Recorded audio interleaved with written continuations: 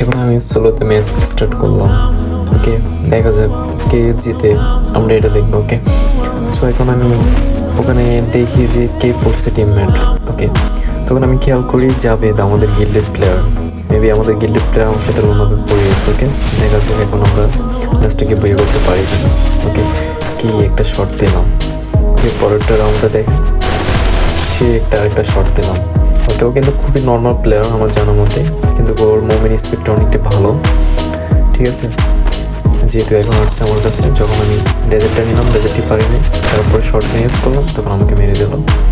তার dessert collection দেখে যাবে খুবই ভালো। আমাকে একটা রাউন্ড মেরে দিয়েছি, এরপরে আরেকটা রাউন্ড আসলাম, তখন এরপরে আমি শর্টটা নিয়ে ওয়ান শট দিয়ে দিলাম। ওকে, সে মারা গেল।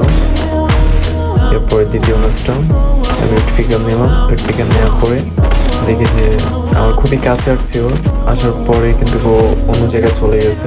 আমি তো একদম কি করে জানি চলে গেল।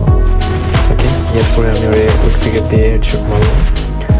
লাস্ট রাউন্ড আছে, এখন আমরা দেখবো ম্যাচটা কি প্লে করতে পারি কিনা। ও ভাই, ম্যাচটা অবশ্যই হয়ে গেল। এখন ওর রিয়াকশনটা কী হবে আমরা ওইটা দেখবো। ওকে, জানার মধ্যেও আমাকে অ্যাড দিতে পারে 100%। ওকে, এখন দেখবো।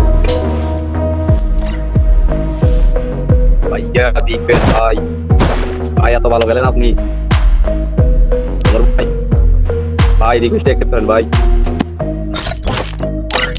ভাই It's the motherfucking Eagle Double G. Snoop Dogg. You know I'm mobbing with the D.